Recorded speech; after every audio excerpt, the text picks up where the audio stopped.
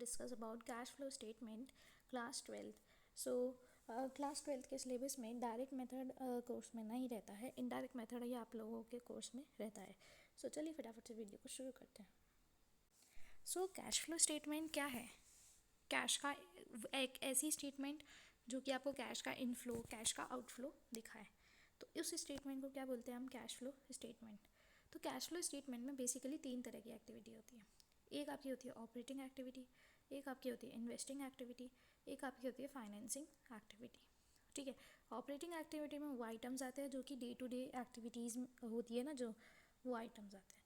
Investing में वो आते हैं जिसमें जैसे कंपनी इन्वेस्ट करती है, जैसे इन्वेस्टमेंट इन शेयर्स. तो ये सारी चीज़ें किस में आती है? या फिर आपकी परचेज या सेल ऑफ गुड्स या मशीनरी. गुड्स की नहीं, मशीनरी की. अगर गुड्स की है वो तो किस में आएगी? कमेंट करके बताना. ठीक है. अब फाइनेंसिंग की बात करें तो कंपनी का फाइनेंस, यानी जैसे आप कोई इशू कर रहे हो शेयर्स को या डिबेंचर्स को, या फिर लोन को रीपे कर रहे हो या लोन ले रहे हो, ठीक है ना, या फिर कोई इंटरेस्ट पे कर रहे हो डिबेंचर्स के ऊपर, या इंटरेस्ट नहीं, डिविडेंड रिसीव कर रहे हो, डिविडेंड पे कर रहे हो. तो ये सारी चीज़ें क्या है? फाइनेंसिंग एक्टिविटी है. ठीक है. तो एक एक करके सारी एक्टिविटीज़ का हम लोग डिस्कस करेंगे. सबसे पहले आता है ऑपरेटिंग एक्टिविटी. तो ध्यान से देखना क्योंकि ऑपरेटिंग एक्टिविटी थोड़ी सी टिपिकल पड़ती है. सो या ऑपरेटिंग एक्टिविटी में सबसे पहला स्टेप होता है to calculate net profit before tax and extraordinary items. So net profit before tax and extraordinary items ये हमें कैलकुलेट करना होता है. अब ध्यान रखना, अगर आप लोगों को statement of P and L का बैलेंस गिवन है, अगर statement of P and L का बैलेंस गिवन है, तो इस पर्टिकुलर केस में आप लोगों के केवल और केवल टैक्स का एडजस्टमेंट होगा. अभी बताती हूँ कैसे. देखो इसको मैं रब कर रहा हूँ. तो यहाँ पे देखो, अगर केवल और केवल आप लोगों के पास में statement of P and L का बैलेंस गिवन है, तो आप लोग क्या करोगे? जैसे मान लो हमें क्लोजिंग बैलेंस दिया हुआ होता है और क्लोजिंग दिया हुआ होता है और ओपनिंग दिया हुआ होता है. तो क्या करते हैं हम लोग बेसिकली जैसे जो भी आया माइनस करके दोनों को वो हम लिख देते हैं. जैसे 10,000 आ गया तो 10,000. ठीक है. इसके बाद में हम लोग इसमें ऐड करते हैं प्रोविज़न फॉर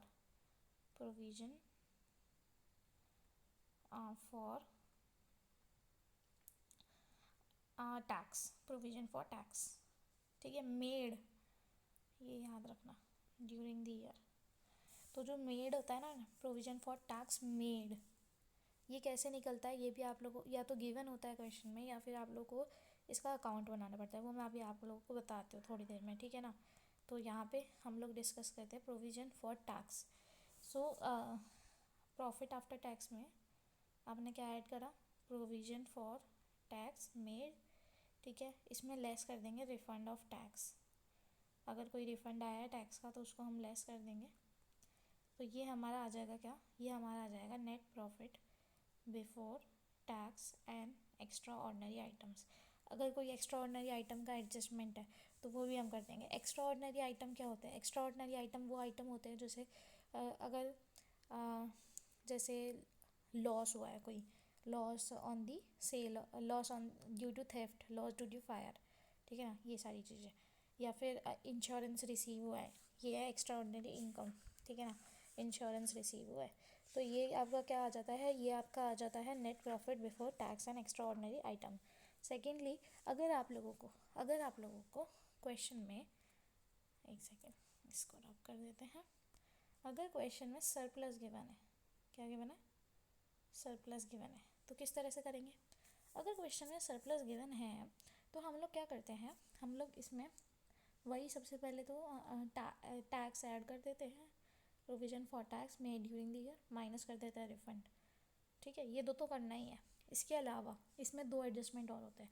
एक तो होता है आपका डिविडेंड का एडजस्टमेंट. डिविडेंड भी 2 तरह के होते हैं. एक होता है आपका प्रपोज्ड और एक होता है आपका इंटरिम. प्रपोज डिविडेंड आपको प्रीवियस ईयर का इसमें ऐड करना होता है. इंटीरियम डिविडेंड इसमें जो करंट ईयर का होता है एक ही होता है इसमें, तो वो ऐड करना होता है, ठीक है। फिर ट्रांसफ़र टू रिजर्व जो होता है ना बैलेंस, वो भी हमें ऐड करना होता है, ठीक है। तो ये हमारा इससे सब कुछ करने के बाद हमारा आएगा net profit before tax and extraordinary item. तो ये हमारा पहला स्टेप होता है फॉर दी ऑपरेटिंग एक्टिविटी। इसको रब कर देते हैं, ठीक है। नाउ पहला स्टेप हो गया, ये हमारे पास में आ गया net profit before tax and extraordinary item. अब सेकेंड स्टेप हमारा क्या रहता है, देखो सेकेंड स्टेप रहता है हमारे पास में to add the non cash expenses and non operating expenses. हमें क्या ऐड करना होता है, नॉन कैश और नॉन ऑपरेटिंग एक्सपेंसेस ऐड करने होते हैं। तो सबसे पहले तो इसमें हमें क्या क्या आ जाता है, क्या क्या आइटम इसमें देखने को हमें मिल जाते हैं। तो अगर उसके बारे में डिस्कस करेंगे तो सबसे पहले हमारे पास में नाम आएगा डेप्रिसिएशन अमोर्टाइजेशन। तो डेप्रिसिएशन क्या होता है आप लोगों को पता है, और अमोर्टाइजेशन इंटेंजिबल एसेट्स पे लगता है, ठीक है ना, और डेप्रिसिएशन टेंजिबल एसेट्स पे लगता है, ठीक है। तो अब बात करते हैं कि और क्या क्या आइटम्स होते हैं। सो डेप्रिसिएशन होता है, गुडविल होता है। गुडविल बेसिकली गुडविल नहीं होता है, ये गुडविल नहीं होता है। गुडविल के ऊपर हमें क्या लगता है, अमोर्टाइजेशन लगता है, वो आएगा इधर, ठीक है। तो ये गुडविल नहीं होगा, इसको इग्नोर मारना। इसके बाद में इंटरेस्ट पेड, इंटरेस्ट पेड हमारा क्या है, नॉन ऑपरेटिंग एक्टिविटी है, ठीक है। फिर इसके अलावा लॉस हुआ है कोई सेल पे फिक्स्ड एसेट की, loss on sale of machinery, loss of sale of क्या बोलते हैं गुड्स, ठीक है ना। तो वो क्या आ जाएगा, यहाँ पे आ जाएगा ये non operating, sorry loss on sale of goods इसलिए नहीं आएगा क्योंकि वो ऑपरेटिंग एक्सपेंस होता है। तो यहाँ पे केवल loss on sale of fixed asset आएगा, यह ध्यान रखना, ठीक है। अच्छा अगर मैं बोलूँ कि क्या बोलते हैं गुडविल अमोर्टाइज, तो वो आपका इसमें आ जाएगा, ठीक है। इंटरेस्ट ऑन बोरोइंग आ जाएगा। इंटरेस्ट रिसीव्ड अगर है तो ये क्या है, इनकम है, नॉन ऑपरेटिंग इनकम है, तो इसको हम लेस कर देते हैं, इनको हम लेस कर देते हैं। और profit on the sale of asset, profit on the sale of fixed asset, तो इसको भी हम लेस कर देते हैं। डिविडेंड रिसीव्ड लेस करेंगे, इंटरेस्ट रिसीव्ड लेस कर देंगे। क्लियर है, ये चीज़ क्लियर है, ओके। नाउ एक इसमें कॉन्सेप्ट आता है premium on redemption of debenture. तो premium on redemption of debenture क्या होता है, premium on redemption of debenture एक लाइबिलिटी होती है जो कि हम पे करते हैं जब डिवेंचर्स रिडीम होते हैं, ठीक है ना। तो जो लॉस होता है इशू ऑफ डिवेंचर्स पे, वो भी इसमें क्या होती है, वो भी इसमें एक नॉन ऑपरेटिंग एक्सपेंस हमें देखने को मिलती है, loss on issue of debentures, loss on issue of debentures, ठीक है, क्लियर है। अच्छा ये हो गया हमारा, उसके बाद में इसको हम आगे बढ़ते हैं। आ गया हमारे पास में operating profit before working capital changes, ये वाला हमारे पास में आ जाएगा। इसके बाद में हम इसमें ऐड करेंगे क्या, increase in current liability, decrease in current asset, और माइनस करेंगे क्या, increase in current asset, decrease in current liability, ठीक है। ये हम लोग कर देंगे। फिर हमारे पास में क्या आ जाएगा, cash generated from operating activity, क्या आ जाएगा, cash generated from operating activity. अच्छा ये आ गया। फिर इसमें क्या करना है, फिर हम इसमें क्या करेंगे, माइनस करेंगे income tax paid, income tax paid, ठीक है ना, इनकम टैक्स पेड हम इसमें से माइनस कर देंगे, ठीक है। अच्छा और फिर क्या करेंगे, इसमें हम लोग एक्स्ट्रा ऑर्डिनरी आइटम्स जिससे कैश का फ्लो हुआ है वो हम या तो अगर एक्सपेंस है या इनकम है उस पर डिपेंड करता है कि हम लोग ऐड करेंगे या फिर लेस करेंगे, ठीक है।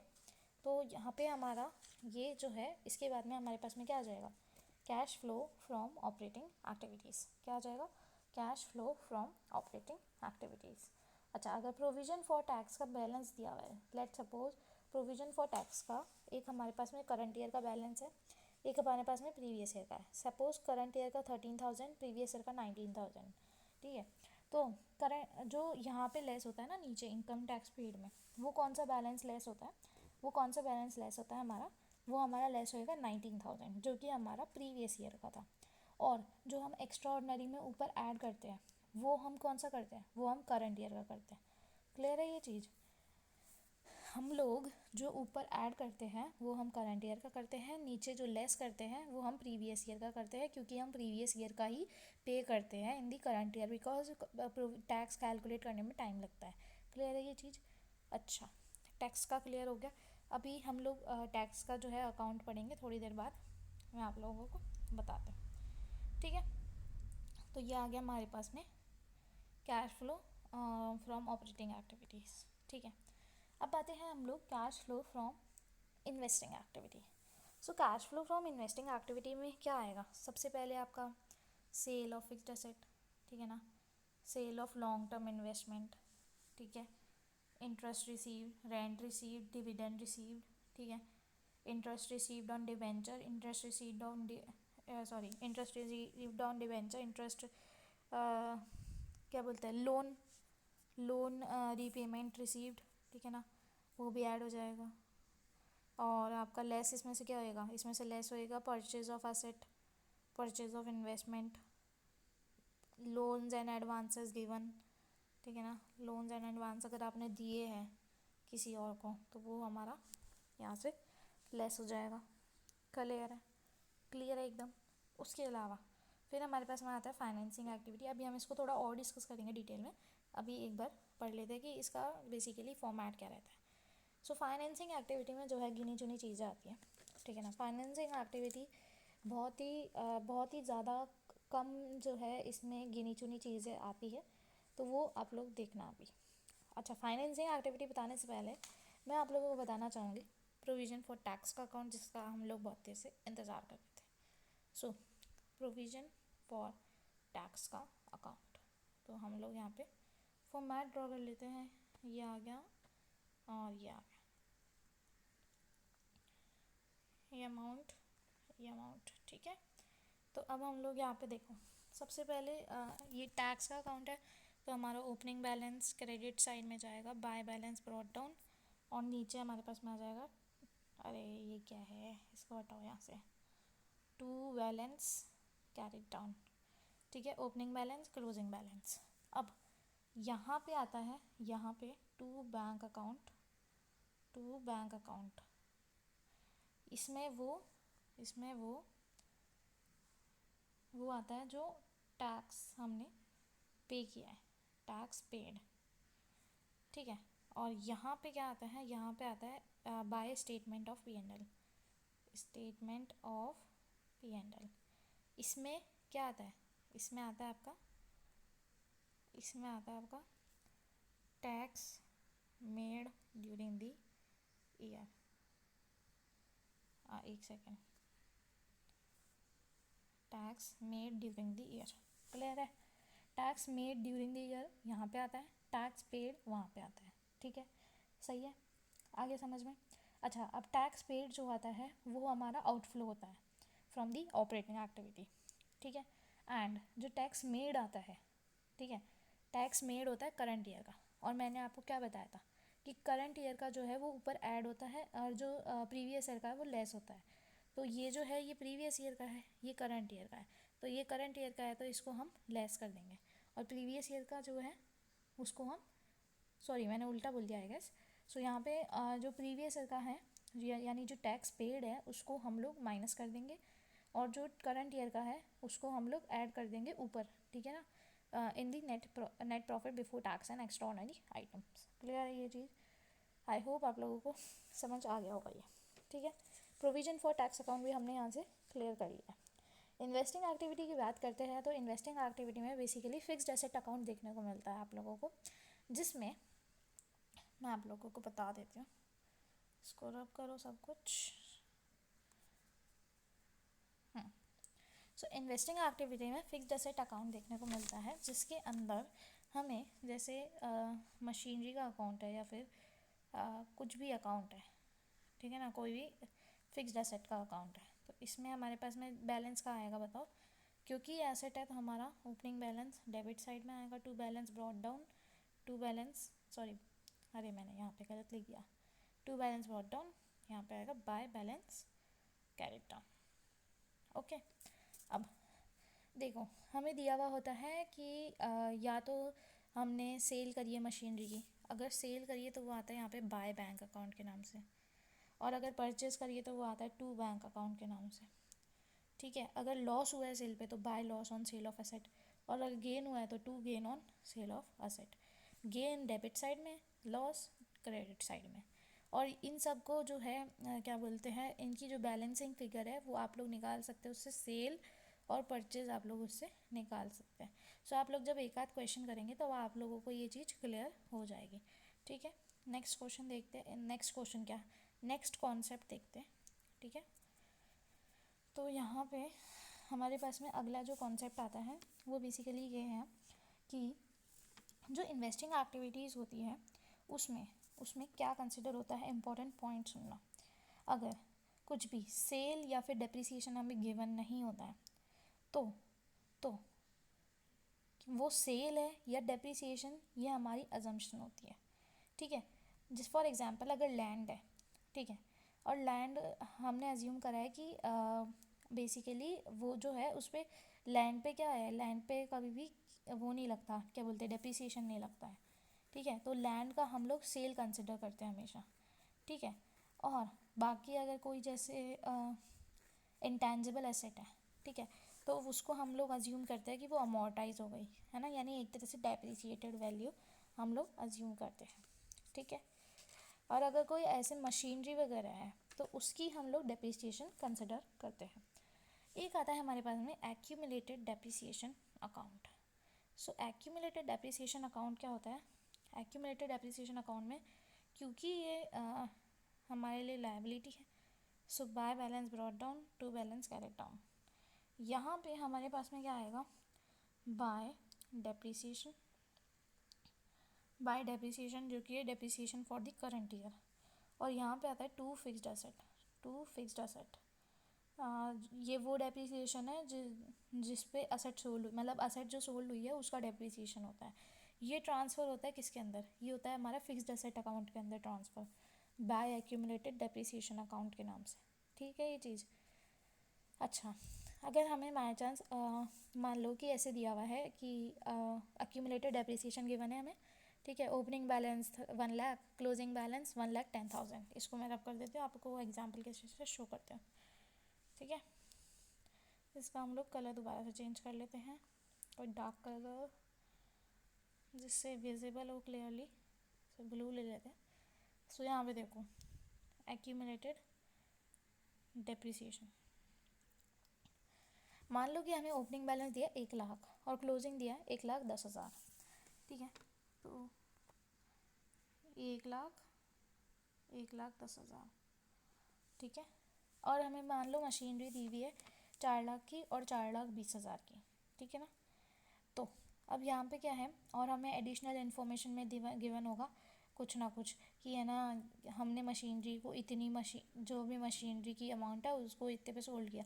जैसे हम लोग कंसिडर कर लेते हैं कि during the year machinery costing let's suppose 40,000 with the accumulated depreciation of 24,000, हमें ऐसा गिवन होगा। तो जैसे ही आप सुनोगे with the accumulated depreciation of 20,000 वो सोल्ड फॉर सम अमाउंट, तो ये सोल्ड हुई है 24,000 की। ठीक है ना, मशीनरी सोल्ड हुई है फॉर सम अमाउंट।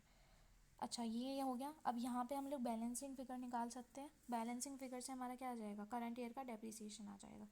कितना आ जाएगा, 1,00,000, 1,00,000 से 1,10,000 गया 34,000, 34,000 आ जाएगा। ठीक है, अब ये वाला जो डेप्रिसिएशन है, ये वाला जो डेप्रिसिएशन है ये आपका कहाँ जाएगा, ये आपका ऑपरेटिंग में से माइनस होगा। किस में से, ऑपरेटिंग में से माइनस होगा।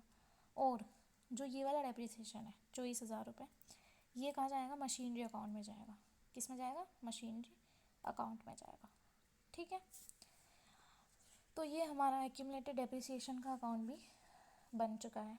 इसके बाद में हमारे पास में जैसे और क्या क्या इसमें हो सकता है, क्या क्या केसेस हो सकते हैं। जैसे हमने कभी गेन पे सोल्ड कर दिया, कभी लॉस पे सोल्ड कर दिया, तो मैंने आपको बता ही दिया कि किस तरह से आप लोगों को करना है। ठीक है, अच्छा एक पॉइंट है, जैसे आप लोगों की बुक्स में ये पॉइंट है, a plot of land was purchased out of surplus funds for investment purpose and was let for commercial use and the rent receive was 80,000। So rent receive जो है वो तो cash flow from investing activity में add हो जाएगा, ठीक है। और जो प्लॉट पर ये जो लाइन लिखी है ना, ये बकवास लाइन है, इसको आप लोग कंसिडर मत क्या करो। यहाँ पे रेंट रिसीव हमें कितना हुआ, 80,000 हुआ। किससे हुआ रेंट रिसीव, क्यों हुआ, हमें लैंड परचेस करी इसलिए हुआ, इन्वेस्टमेंट करा इसलिए हुआ, ठीक है। तो ये हमारा ये हो जाएगा, ठीक है। फिर हमारे पास में आता है कि अगर समटाइम्स हमें चलो ये छोड़ो, इसके बाद में हम लोग बढ़ते हैं हमारा लास्ट एक्टिविटी जो कि फाइनेंसिंग एक्टिविटी पे। सो एक मिनट रुको। सो ये है आपका net profit before extra ordinary items and tax and extraordinary items, ठीक है। फाइनेंसिंग एक्टिविटी कहाँ गई, ये रही, इसको हम लोग कर देते हैं, ओके। सो फाइनेंसिंग एक्टिविटी में क्या क्या आइटम्स आते हैं। फाइनेंसिंग एक्टिविटी में जैसे कि मैंने आपको बताया कि हमारे फाइनेंसिंग एक्टिविटी में गिने चुने आइटम्स देखने को मिलते हैं, ज़्यादा आइटम नहीं आते हैं। तो फाइनेंसिंग एक्टिविटी में कौन कौन से आइटम्स आते हैं वो भी हम देख लेते हैं। तो सबसे पहला आइटम जो आता है वो आता है proceeds from the issue of shares. Proceeds from the issue of shares, अगर आपने कोई शेयर इशू करे तो वो आ जाता है, ठीक है। इसमें प्रीमियम इंक्लूडेड होता है, इसमें प्रीमियम इंक्लूडेड होता है, ठीक है, इंक्लूडिंग द प्रीमियम। अच्छा, proceeds from the issue of debentures, इस proceeds from the issue of debentures and other long term borrowing, इसके अंदर प्रीमियम इंक्लूडेड होता है लेकिन डिस्काउंट एक्सक्लूडेड होता है, ठीक है। इसमें हमें प्रीमियम इंक्लूड करना है लेकिन डिस्काउंट एक्सक्लूड करना है। फिर लोन रिसीव्ड, अगर लोन मिला है कोई, ठीक है ना, तो उससे हमारे इनफ्लो हुआ है कैश का, इसलिए इन फाइनेंसिंग एक्टिविटी में बेसिकली ऐड होएगा। अच्छा, लेस क्या क्या होएगा, लेस हमारा हो जाएगा इंटरेस्ट पेड, ठीक है ना, payment for the redemption of preference shares, payment for the redemption of debentures, payment for the buy back of the equity shares including the premium, ठीक है ना। फिर रीपेमेंट ऑफ द लोन, और अगर dividend pay किया है कुछ तो वो, फिर interest paid on debentures, interest on loan, ठीक है ना, हमने जब पे किया है जो इंटरेस्ट वो, ठीक है। तो ये हमारी चीज़ें जो है, इनके अलावा ज़्यादातर हमें देखने को नहीं मिलती, यही कुछ ऐसी ऐसी एक्टिविटी देखने को मिलती है, तो ये ही आता है, ठीक है। तो ये आता है हमारा फाइनेंसिंग एक्टिविटी में। अच्छा, जब ये फाइनेंसिंग हो गया तो हम लोग क्या करेंगे, तीनों एक्टिविटीज़ के समेशन कर देंगे, ठीक है ना। ए वाले क्या होता है ऑपरेटिंग का, बी फाइनेंसिंग का, सॉरी बी इन्वेस्टिंग का, एंड सी फाइनेंसिंग का, तीनों को ऐड करके यहाँ लिखेंगे। फिर इसमें हम लोग क्या करेंगे, कैश एंड कैश इक्विवेलेंट जो बिगनिंग में थे उसको हम लोग, जो भी cash and cash equivalent at the beginning थे, हमारे जो बैलेंस शीट में गिवन होता है ना, cash and cash equivalent at the beginning. जैसे सपोज करो कि करंट ईयर में हमारा जो ओपनिंग बैलेंस जो था वो हमारा 10,000 था, क्लोजिंग बैलेंस हमारा 30,000 था। तो यहाँ पे जो cash and cash equivalent at the beginning है वो कितना था, 10,000। Opening balance is the basically at the beginning. तो हम लोग इसमें क्या करते हैं, जो भी ये आएगा इसमें हम लोग ये ऐड करेंगे, तो हमारा cash and cash equivalent at the end के इक्वल आना चाहिए। अगर ये हुआ तो हमारा करेक्ट आंसर है, नहीं तो हमारा गलत आंसर है। अच्छा, समटाइम्स क्या होता है कि ये मैच नहीं करता है लेकिन आंसर सही होता है, तो वो एक अलग केस होता है, उसको कंसिडर करके रखना। सो आज की वीडियो में इतना ही, मिलते जल्दी अगली वीडियो में, तब तक के लिए goodbye, take care and all the best for your examination, bye.